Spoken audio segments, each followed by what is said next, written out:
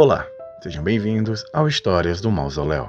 E no vídeo de hoje, fiquem com 1 hora de curiosidades sombrias sobre desenhos. E se você gosta desse tipo de conteúdo, já vai deixando o seu like e se inscrevendo no canal. Simbora pro vídeo.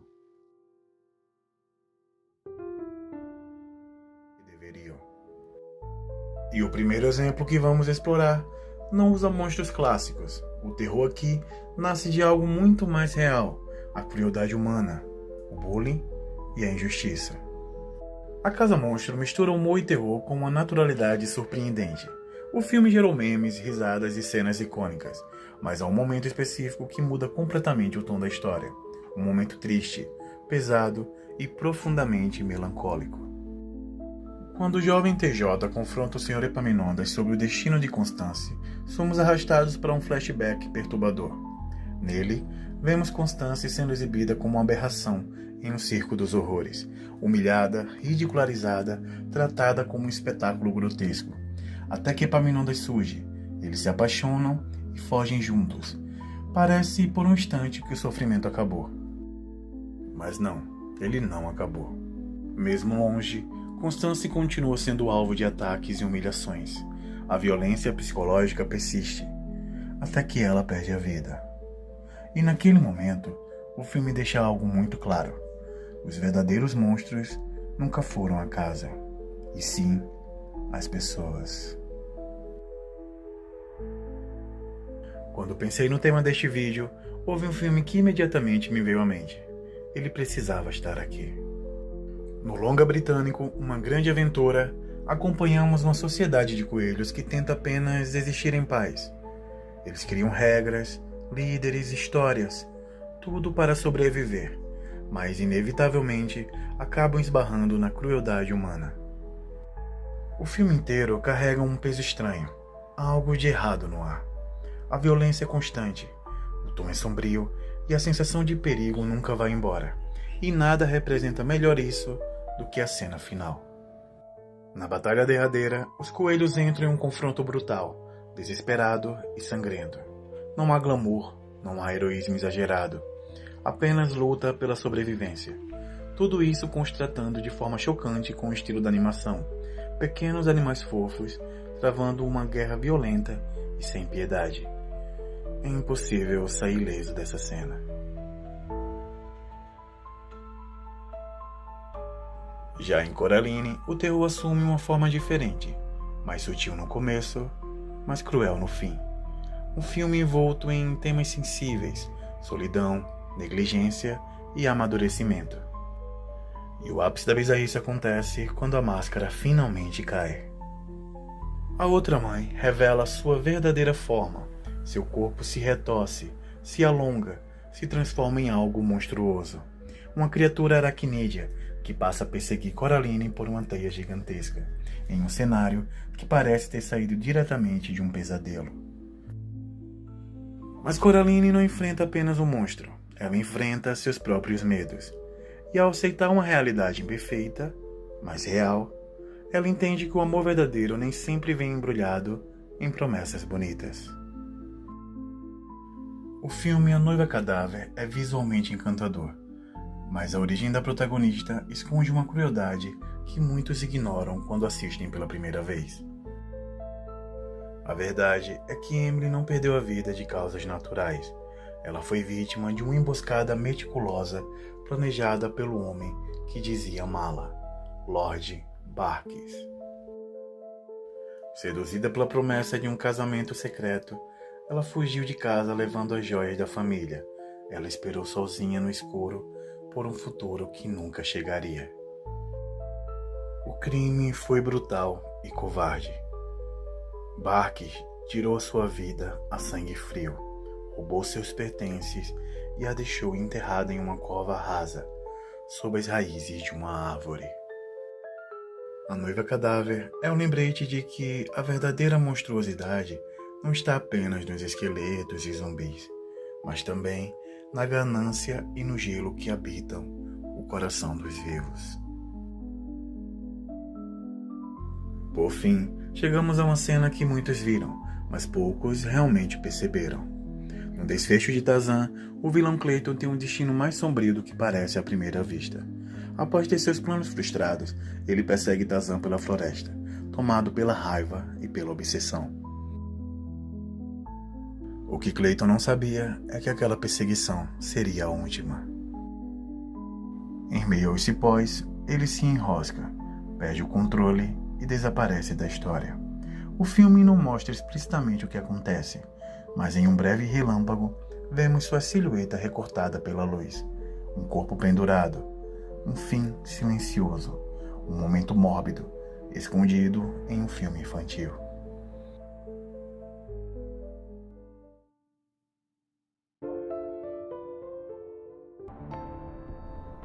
Vamos começar com um medo que traumatizou uma geração inteira, especialmente aqui do Brasil. O lobisomem do Castelo Rá-Tim-Bum. Ele não aparecia toda hora, não fazia piada, não tinha alívio cômico, mas quando surgia, o clima mudava completamente. A trilha ficava tensa, a iluminação escurecia e aquele uivo ecoava por todo o castelo. Então, era o tipo de cena que fazia a criança fingir que não estava com sede só para não ir até a cozinha. Um medo construído só com a atmosfera e funcionava perfeitamente.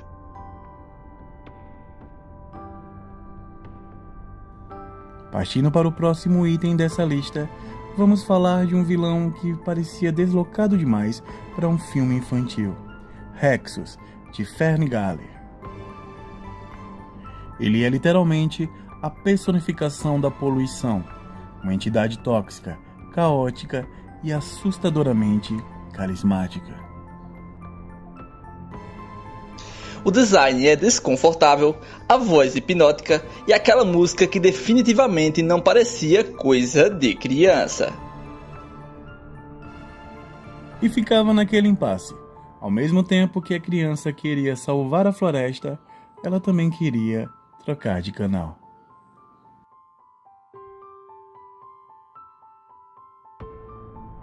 Entrando agora no universo de Tim Burton, temos Oogie Boogie, um vilão que mistura humor, carisma e uma sensação constante de perigo. Quando você descobre o que tem dentro dele, o riso vira desconforto. Sem falar que essa ideia de decidir o destino dos outros através de jogos de azar é mais sombria do que parece à primeira vista.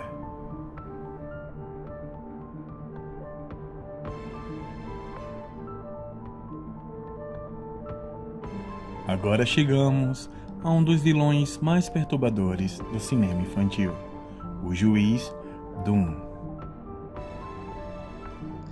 No começo ele parece só um personagem rígido demais, até que o filme quebra qualquer sensação de segurança. Sem falar na revelação final, os olhos, a voz. Depois disso, nunca mais confiamos em vilões educados demais.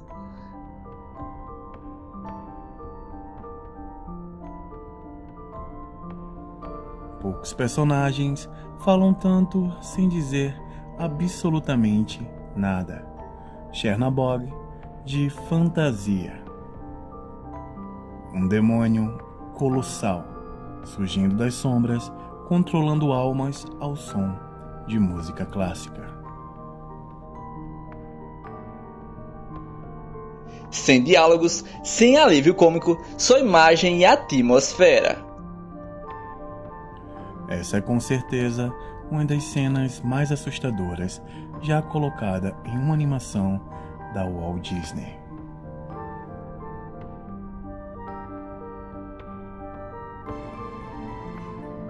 Indo agora para o mundo de Or em Hora de Aventura, temos o personagem que talvez seja o mais pesado dessa lista, o Lich.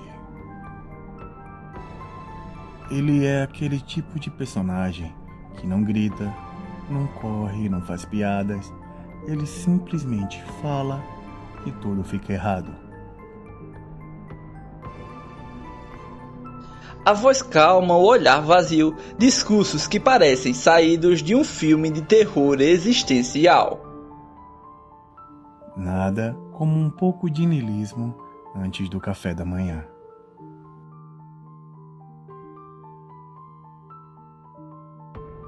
E entre os personagens mais inquietantes das animações, a fera de O Segredo Além do Jardim se destaca por não precisar estar em cena o tempo todo. Ela existe mais como presença do que como figura física. Na maior parte do tempo, é só uma voz na floresta, baixa, calma, quase reconfortante. E por trás desse tom sereno, vem a armadilha principal. A fera vende a ideia de que desistir é mais simples do que continuar andando, de que parar é descanso, e quando o segredo das lanternas é revelado, o desenho muda completamente. A floresta deixa de ser um cenário estranho e vira um reflexo de medo e de esgotamento. Essa criatura não vence pela força, vence pelo cansaço, pelos sussurros, pela insistência. Talvez por isso ela incomode tanto, porque o maior perigo ali não está no caminho, mas no momento em que alguém decide parar. E para fechar a lista, temos ele, de As Meninas Superpoderosas. Visual perturbador, risada estranha e uma presença que sempre deixa o episódio desconfortável. Ele nem precisava ser violento, jogava com a mente e com o caos.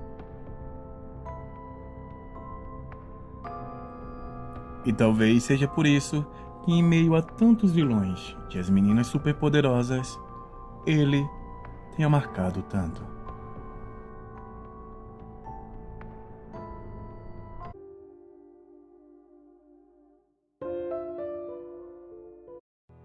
E vamos começar com um caso que parece piada, mas é totalmente real.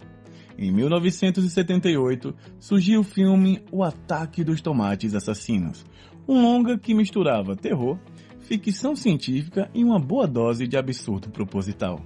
A premissa era simples: tomates gigantes, conscientes, decidem se revoltar contra a humanidade. Sim, tomates. O filme foi feito com um orçamento baixíssimo, efeitos especiais questionáveis e um humor tão nonsense que ele acabou se tornando um clássico cult. Agora, o mais curioso. Nos anos 90, essa ideia completamente maluca virou um desenho animado infantil.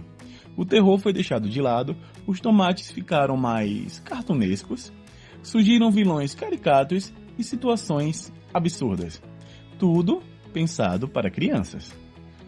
Ou seja, algo que nasceu como uma sátira do terror, virou entretenimento infantil, provando que com criatividade suficiente, até um tomate assassino pode virar personagem de desenho.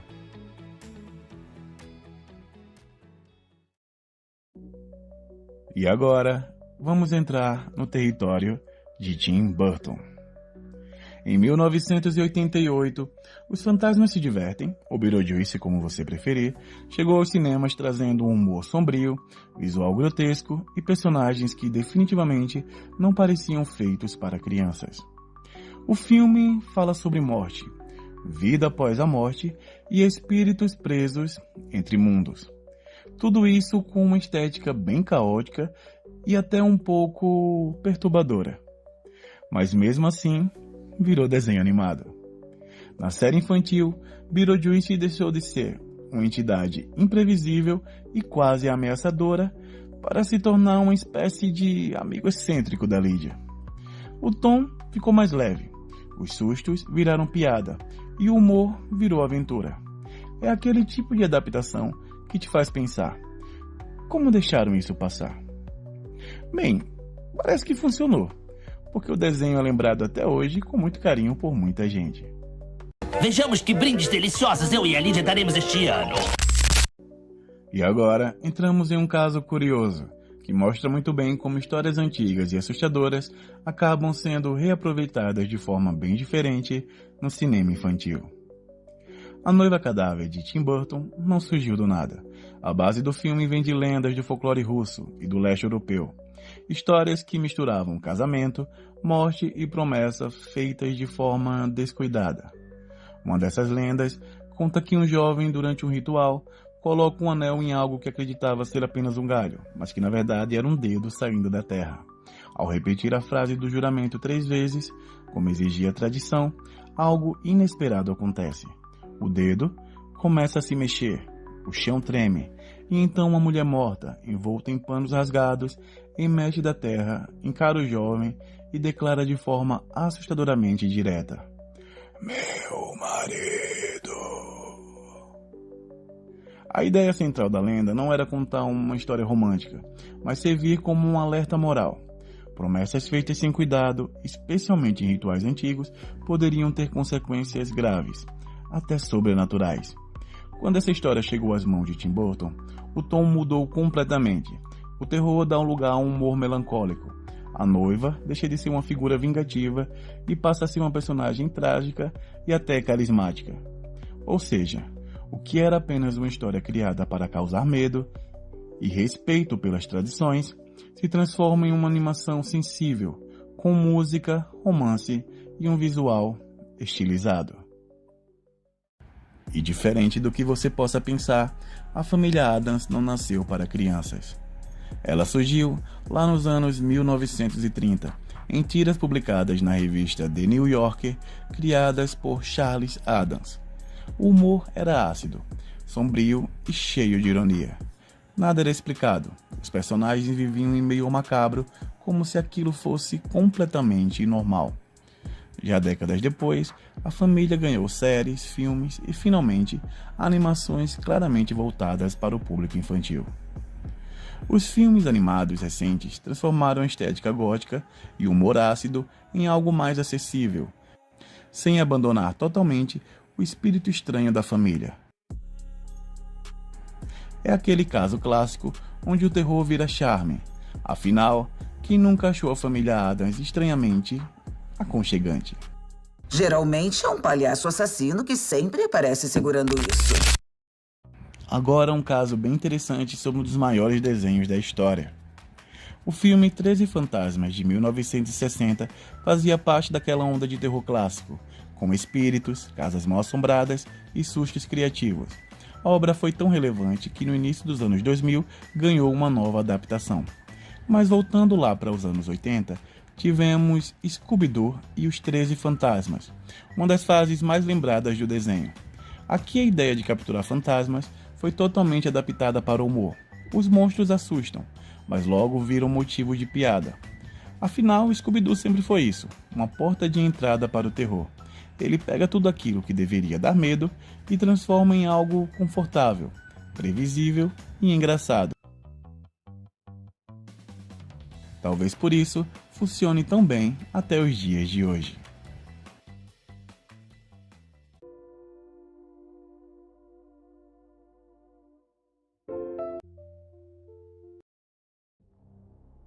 Lançado em 1929, The Skeleton Dance, de Walt Disney, faz parte da série Silly Symphonies e já começa com um cemitério à meia-noite.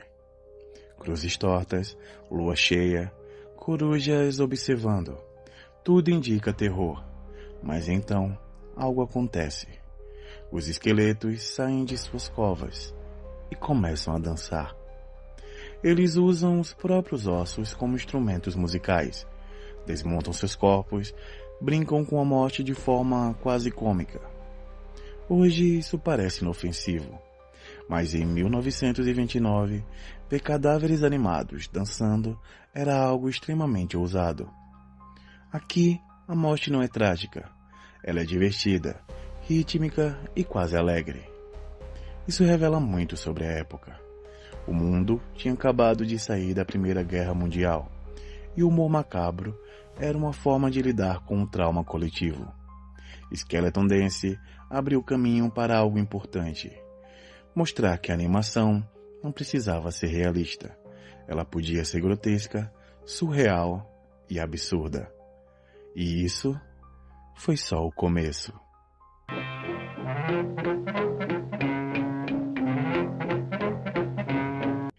Se Skeleton Dance flertava com a morte, Swing Ucines mergulha de cabeça no inferno. Produzido pelos Fleischer Studios, esse curta de 1930 acompanha Bimbo, um cachorro antropomórfico que acaba sendo perseguido por figuras demoníacas. Logo de início, o clima muda. O mundo parece derreter. Objetos ganham olhos. Portas respiram. Sombras se contorcem. Bimbo é literalmente arrastado para o inferno, onde caveiras cantam, demônios dançam jazz e a punição eterna vira um espetáculo musical. Esse curta é um exemplo perfeito do chamado Rubber Hose Animation, onde tudo é elástico, instável, vivo demais. Mas o mais perturbador não é o visual, é o tom. Não há lição de moral clara, não há redenção. O inferno simplesmente existe e é caótico. Swing Ucines reflete o medo religioso da época, misturado com humor ácido e uma estética quase psicodélica, décadas antes desse termo existir. É um desenho que parece um pesadelo animado, e ainda assim era exibido antes de filmes em cinemas lotados.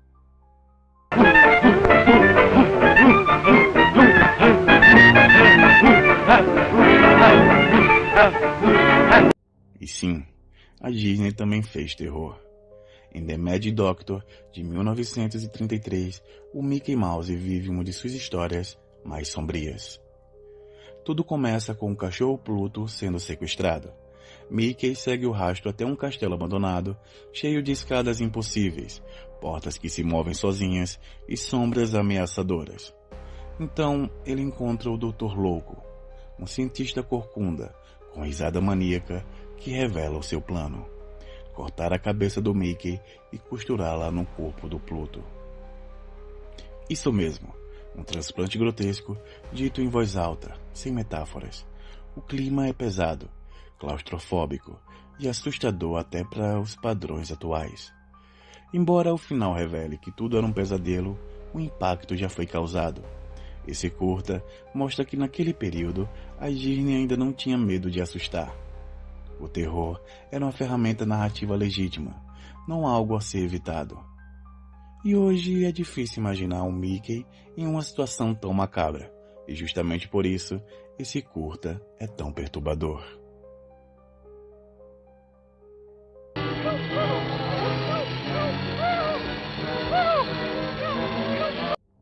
Se existe um desenho que parece ter sido criado dentro de um sonho febril, é Betty Boop e Snow White, de 1933.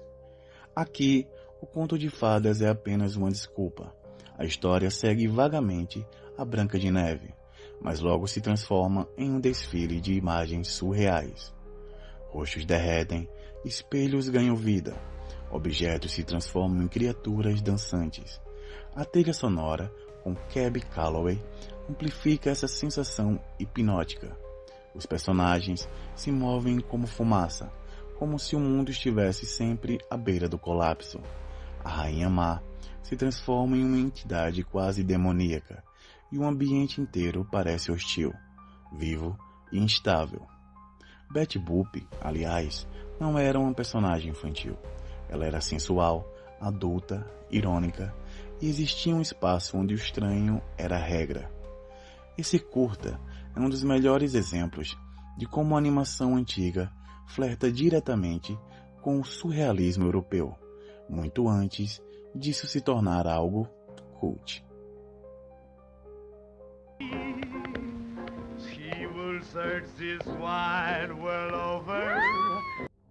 E para encerrar, chegamos a algo ainda mais inquietante: The Mascot, também conhecido como The Devil Ball.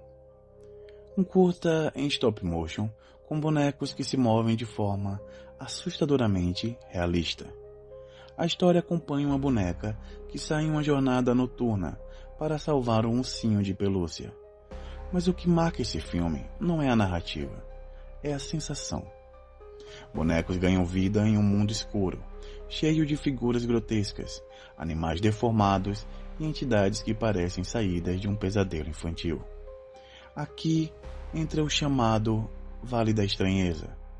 Essas figuras não são totalmente humanas, nem totalmente objetos. Isso causa desconforto imediato. O diabo aparece de forma simbólica, o perigo é constante e o clima é quase opressivo. Mesmo sem diálogos, o curta consegue ser profundamente perturbador.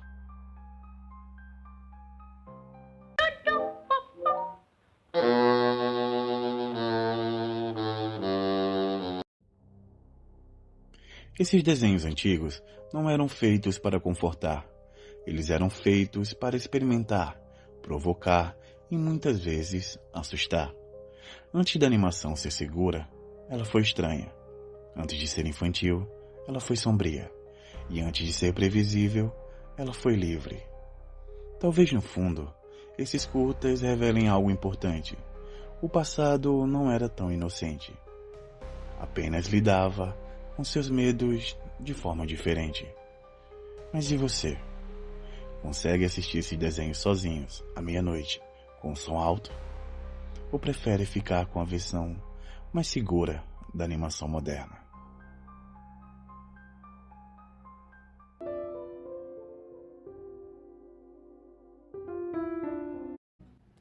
Vamos começar pelo óbvio. O desenho que basicamente acordava e pensava: como vamos traumatizar crianças hoje? Aqui temos um vilão que não corre, não luta e não explica nada direito. Ele aparece flutuando com uma animação diferente do resto do desenho, como se tivesse sido importado de outro programa, ou de outra dimensão. E ele fala devagar, bem devagar, naquela voz que parece ligação de número desconhecido às 3 da manhã. Return the slab.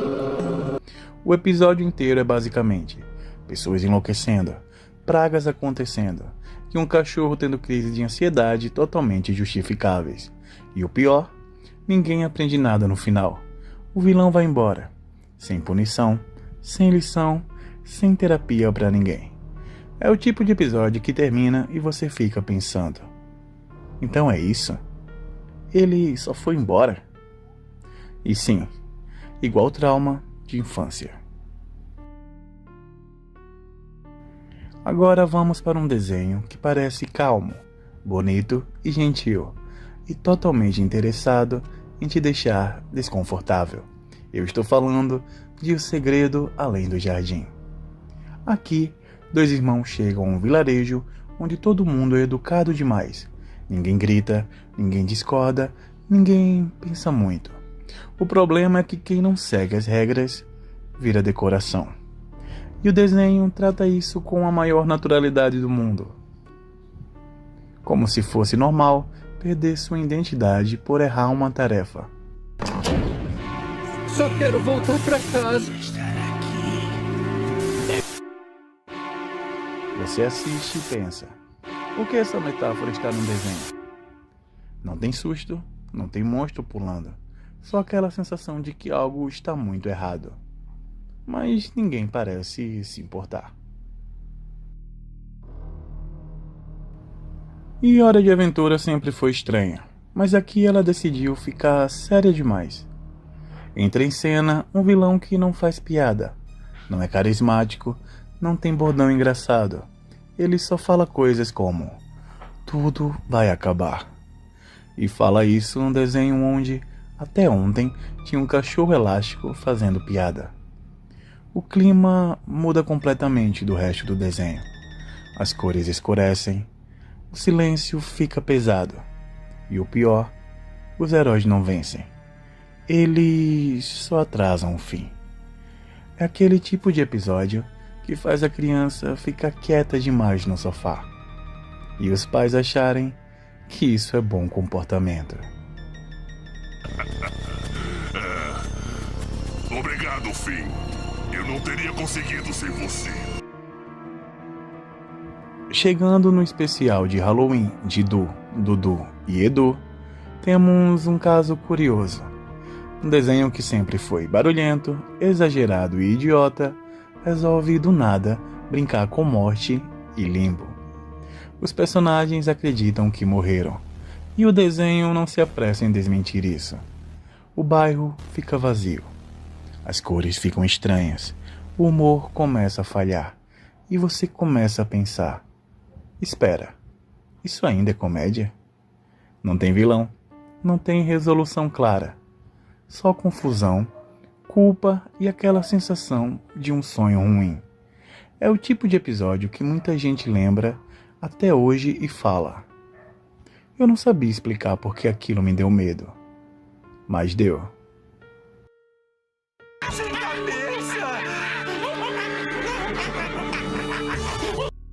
Nos episódios de Halloween de Apenas um Show, temos o clássico formato: personagens contando histórias assustadoras à noite. Parece inocente e começa engraçado, mas cada história termina pior que a anterior. E nenhuma termina bem. O segredo desse desenho é simples. Ele te faz rir primeiro, para depois te pegar desprevenido. Quando você percebe, tem assassinato, tem punição exagerada, tem gente se dando muito mal e ninguém aprendendo nada no final. É terror em forma de piada sem moral. E o pior, ou o melhor, dependendo da sua opinião, existem vários episódios nessa mesma pegada.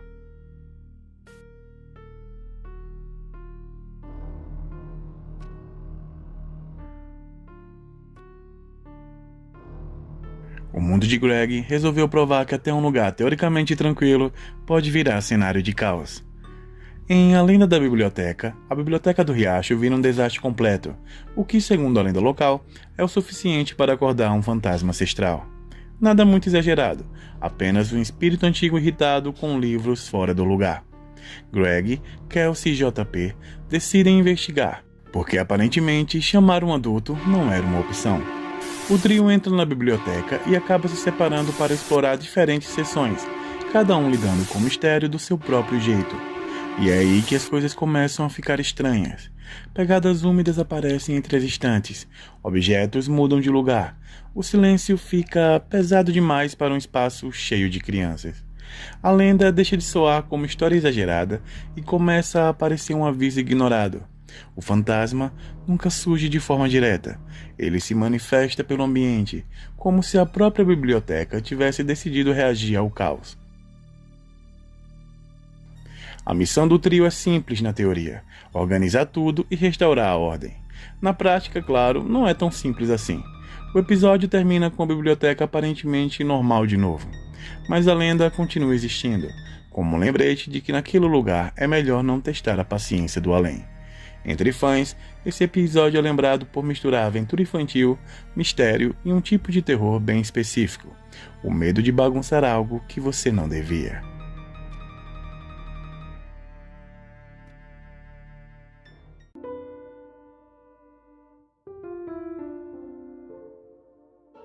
Extraordinary Tales de 2013. Vamos começar com uma verdadeira carta de amor ao terror clássico. Extraordinary Tales é uma antologia animada baseada em histórias de ninguém menos que Edgar Allan Poe. Ou seja, sofrimento psicológico garantido. O filme apresenta 5 contos do autor, cada um com um estilo de animação diferente.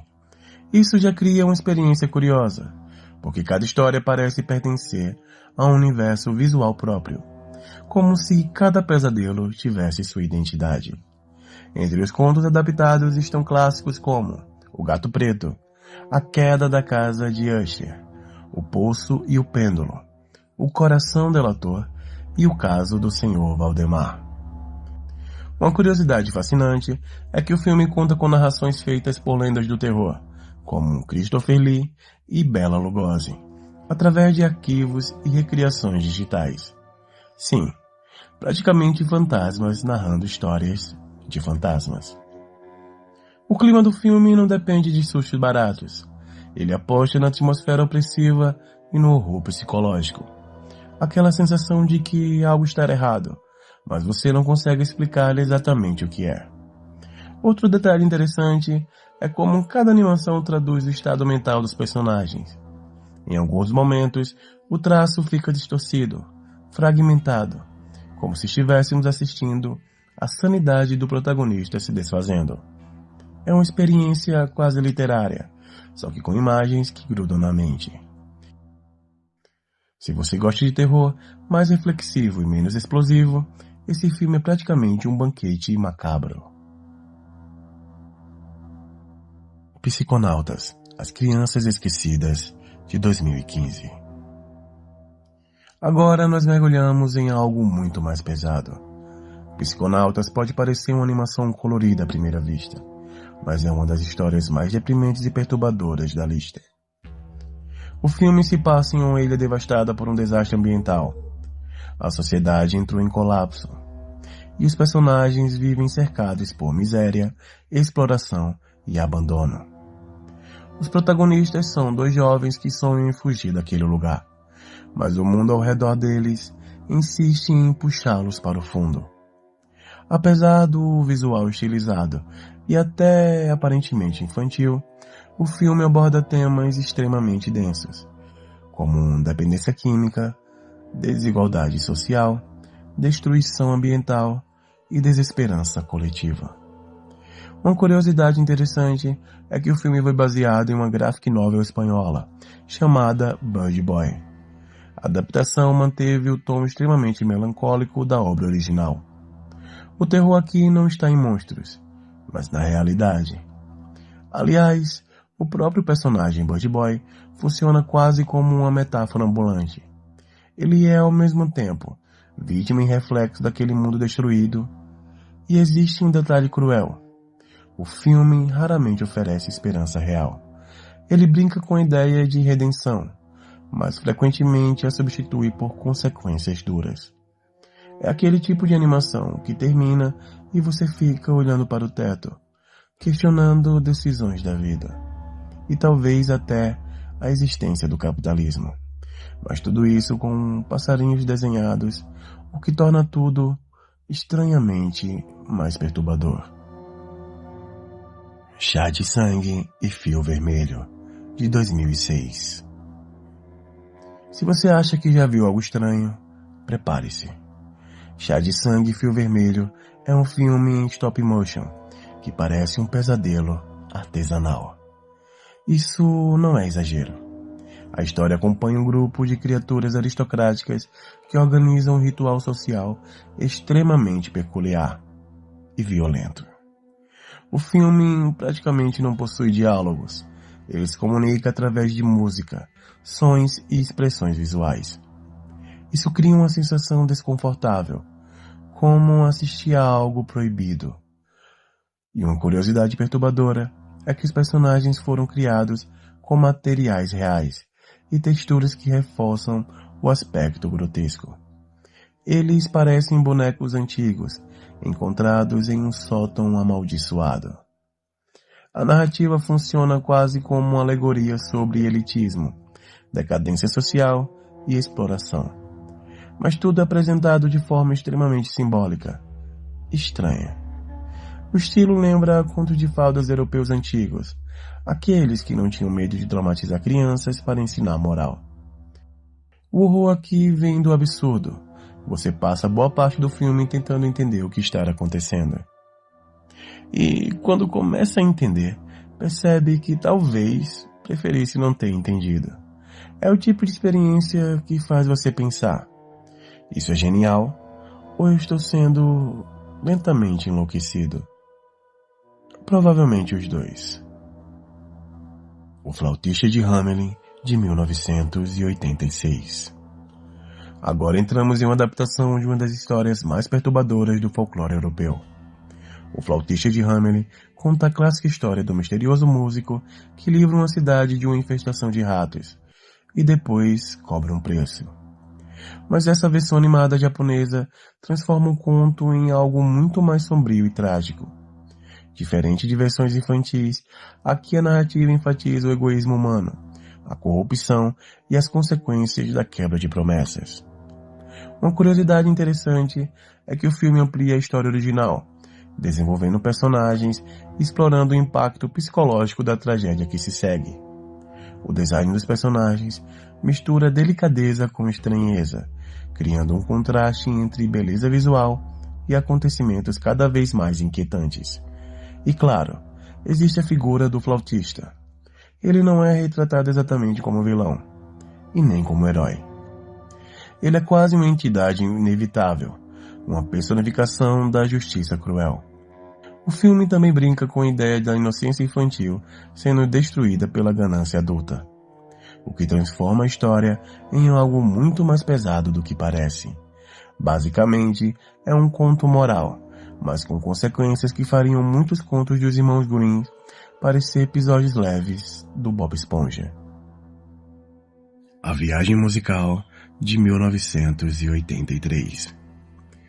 Esse talvez seja o filme mais difícil de explicar, e possivelmente o mais experimental da lista. A Viagem Musical é uma animação que mistura fantasia, música e elementos psicológicos de forma extremamente simbólica.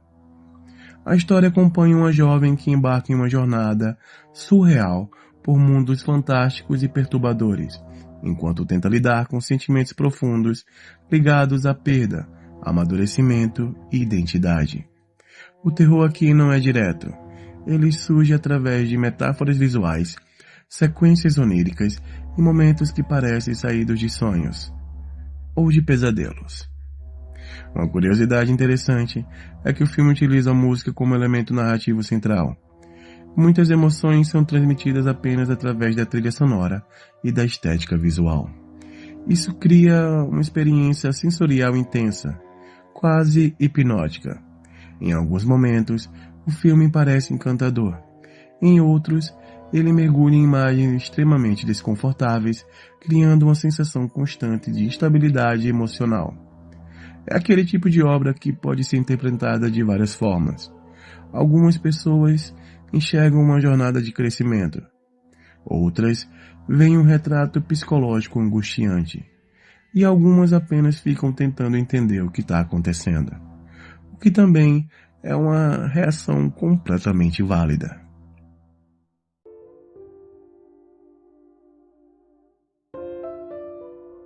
A Pequena Torradeira Valente parece inocente à primeira vista.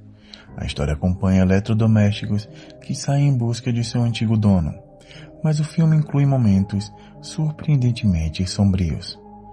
Um deles é o pesadelo da torradeira. Durante o sonho, ela imagina seu dono em perigo. A cena mergulha em um clima surreal. Sombras dominam na tela, o ambiente se torna opressivo e um terrível palhaço surge assustadoramente. Tudo parece distorcido, quase como um pesadelo real. E existe outra cena tão ou mais perturbadora. Durante uma discussão com os outros aparelhos da casa, o ar-condicionado perde completamente o controle. Ele começa a gritar, superaquecer e entra em colapso, até que explode. A cena acontece de forma rápida, mas impactante, especialmente porque o filme trata os eletrodomésticos como personagens vivos. E de repente, um deles simplesmente morre. Para muitas crianças que assistiram ao filme nos anos 80, foi um momento inesperadamente sombrio.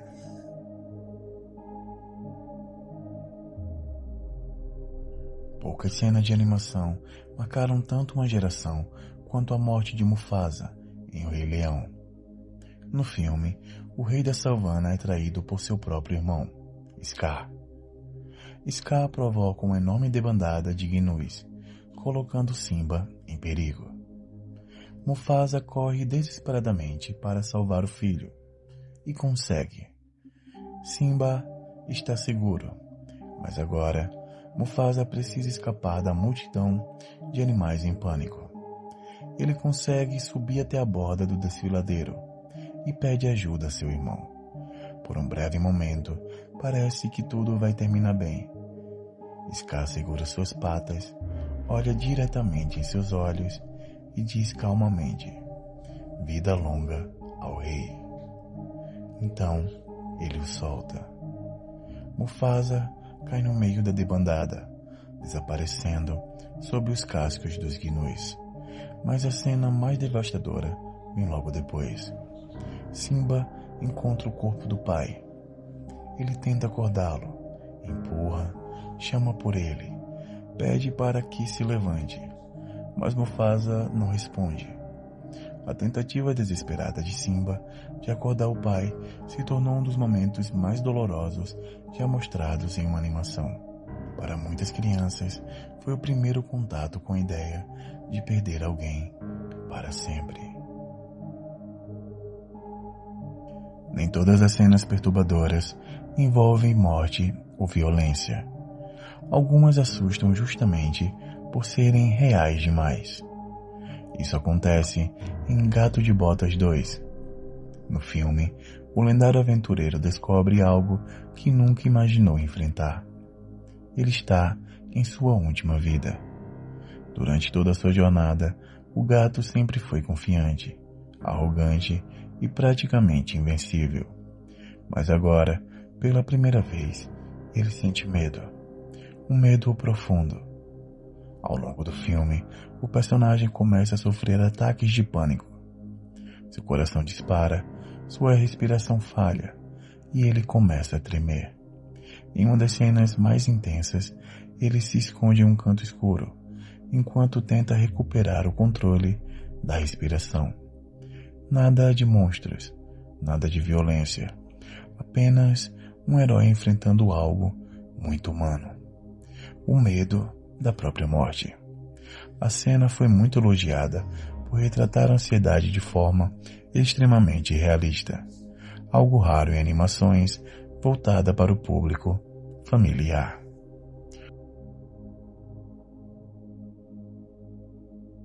E se algumas animações assustam, outras simplesmente devastam emocionalmente.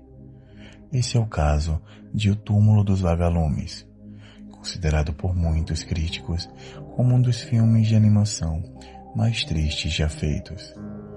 E o mais chocante é que a tragédia começa logo na primeira cena. Vemos Seita, um garoto extremamente debilitado, sentado em uma estação de trem. Ele está sujo, magro e completamente sozinho. Pessoas passam ao seu lado, olham rapidamente e continuam andando. Ninguém ajuda, ninguém se importa, até que finalmente o garoto cai e morre. Um funcionário da estação observa a cena e comenta friamente: mais um. Ele pega os poucos pertences do garoto e os joga fora, entre eles uma pequena lata de balas. Quando a lata se abre, percebemos algo devastador. Dentro dela estão as cinzas de sua irmã. O filme então volta no tempo para contar a história dos dois irmãos tentando sobreviver no Japão durante a Segunda Guerra Mundial. Mas desde o início, o espectador já sabe de uma coisa: essa história não terá final feliz.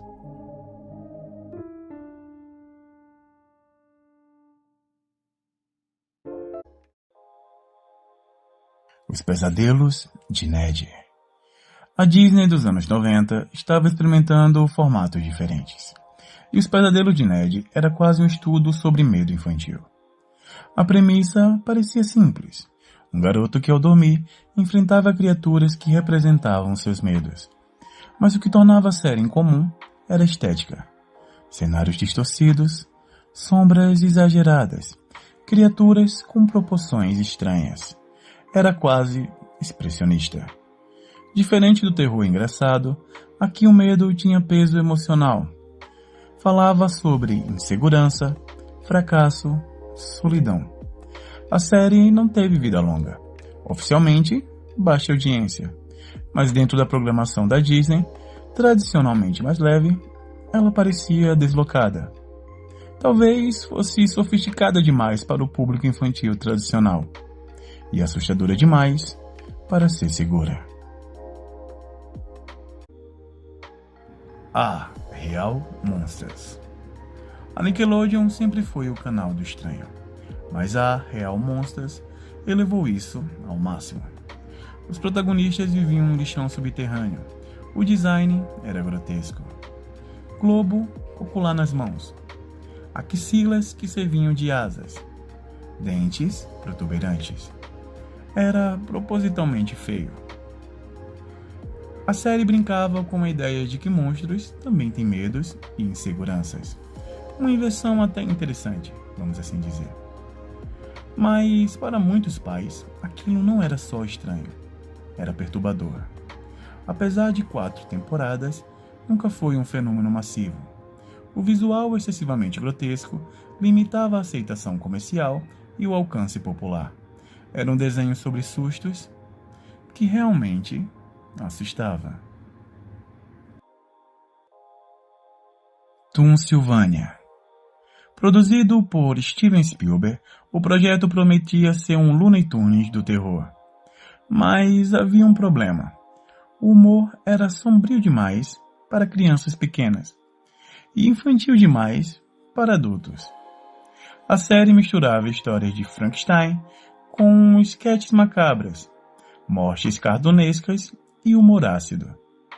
Visualmente, remetia aos clássicos monstros da Universal. Narrativamente, tinha ironia mórbida. Resultado disso, 2 temporadas e cancelamento. O mercado infantil da época não sabia onde encaixar uma comédia de horror que não era totalmente leve e nem totalmente adulta. Invasor Zim. Aqui o caso é mais explícito. Criado por Johnny Vasquez, um quadrinista conhecido por humor macabro, o desenho já nasceu com DNA sombrio. Expressões exageradas, cores ácidas, violência absurda. Teve episódio envolvendo roubo de órgãos humanos para parecer normal. Isso na Nickelodeon. Executivos relataram que o público-alvo infantil tinha dificuldade de entender o sarcasmo pesado da série. O humor era cruel. Os personagens eram desagradáveis. O protagonista era literalmente um invasor genocida incompetente. Foi cancelado oficialmente por audiência e custos altos, mas o tom grotesco e desconfortável certamente contribuiu. Anos depois, virou cult absoluto e ganhou filme na Netflix. Às vezes, o tempo corrige o que a programação não soube lidar.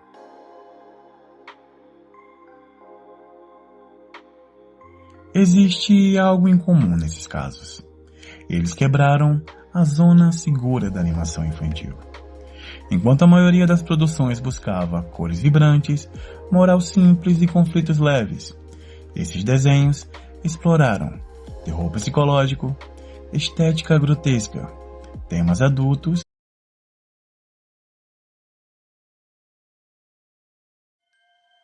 e a gente precisa começar por ele. O nome que transformou espirais, buracos na parede e até a rotina mais banal em combustível para pesadelos. Junjito.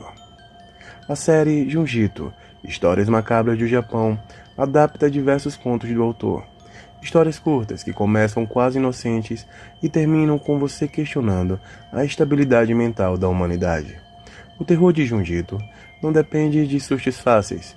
Ele trabalha com obsessões, distorções corporais, paranoia e aquela sensação persistente de que algo está profundamente errado. E ninguém parece muito preocupado com isso. Existe uma dificuldade natural em adaptar o trabalho dele. Grande parte da força do mangá está na arte estática, nos quadros extremamente detalhados e naquele momento em que você vira a página e dá de cara com uma imagem grotesca que fica gravada na sua mente.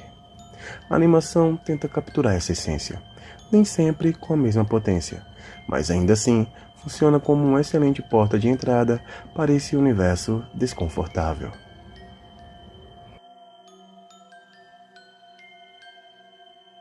E falando em Jujutsu, é impossível não mergulhar em Uzumaki. A produção dessa série foi turbulenta, e é perceptível a queda da qualidade dos primeiros episódios para o restante da série. Ainda assim, ela merece a nossa atenção. Uzumaki significa espiral. Parece inofensivo, uma forma geométrica, um detalhe cotidiano. Só que aqui, o espiral vira maldição. Uma cidade inteira começa a desenvolver uma obsessão coletiva por esse padrão. Cabelos, redemoinhos, conchas, fumaça, tudo começa a girar. O horror em Uzumaki é lento, inevitável. Ele cresce como algo que já estava ali o tempo todo, apenas esperando para se manifestar. Existe uma influência clara de horror cósmico, aquela sensação de que forças incompreensíveis estão agindo, indiferentes à existência humana. A estética em preto e branco respeita o material original e reforça o clima opressivo. É hipnótico, é perturbador, e depois de assistir, você provavelmente vai olhar para qualquer espiral com uma leve desconfiança.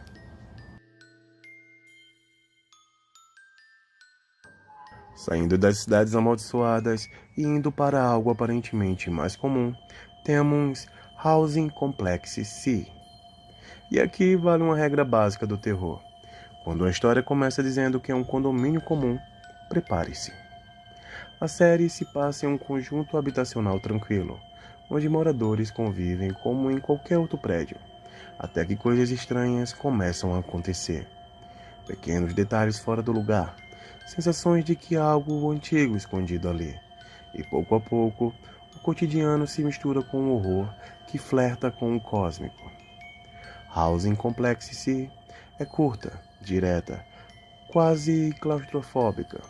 Não há tempo para longas distrações. Ela constrói a atmosfera e quando você percebe, já está envolvido em algo que ultrapassa conflitos humanos e toca em mistérios muito maiores. É o tipo de série perfeita para uma maratona noturna e talvez um leve arrependimento na hora de apagar as luzes.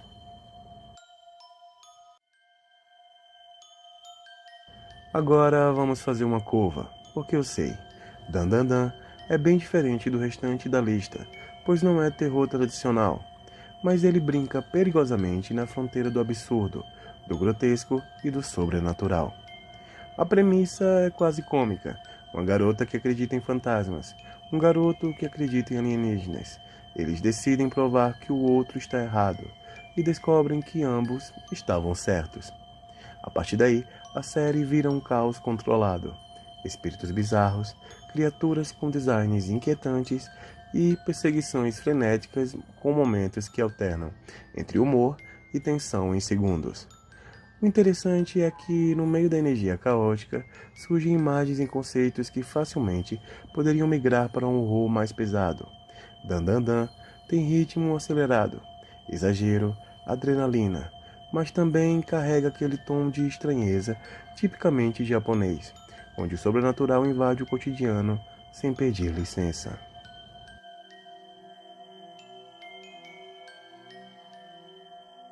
Chegamos ao tipo de terror que não depende de monstros visíveis. Serial Experiments Lain é uma obra lançada no final dos anos 90 que, de certa forma, previu várias angústias do mundo digital contemporâneo. Aqui não há criaturas grotescas saltando na tela. O horror é mais sutil e talvez mais profundo. A história acompanha Lain, uma garota que começa a perceber que sua identidade não está limitada ao mundo físico. A fronteira entre realidade e rede começa a se dissolver. A série aborda a consciência coletiva, existência digital e a fragmentação do eu de uma maneira quase profética. É um terror psicológico e existencial. Ele não grita, ele sussurra. É lento, contemplativo, exige atenção. E quando termina, você fica em silêncio, tentando processar o que acabou de assistir.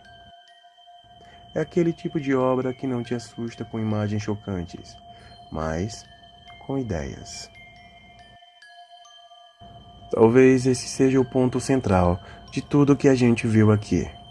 O terror em anime não segue necessariamente a fórmula ocidental. Ele pode ser grotesco, como nas histórias de Junjito. Pode ser inevitável e cósmico, como em Uzumaki. Pode se esconder atrás de paredes aparentemente comuns, como em Housing Complex C. Pode se disfarçar de comédia caótica, como em Dan Dan Dan. Ou pode dissolver a própria realidade como em Serial Experiments Lane.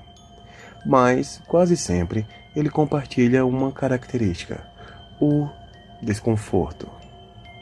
Não é apenas medo, é aquela sensação de que algo está fora do eixo, que o mundo não é tão estável quanto parece, e que talvez existam forças, visíveis ou não, agindo o tempo todo. Eu vou ficando por aqui. Nos vemos na próxima história do Mausoléu. Até lá.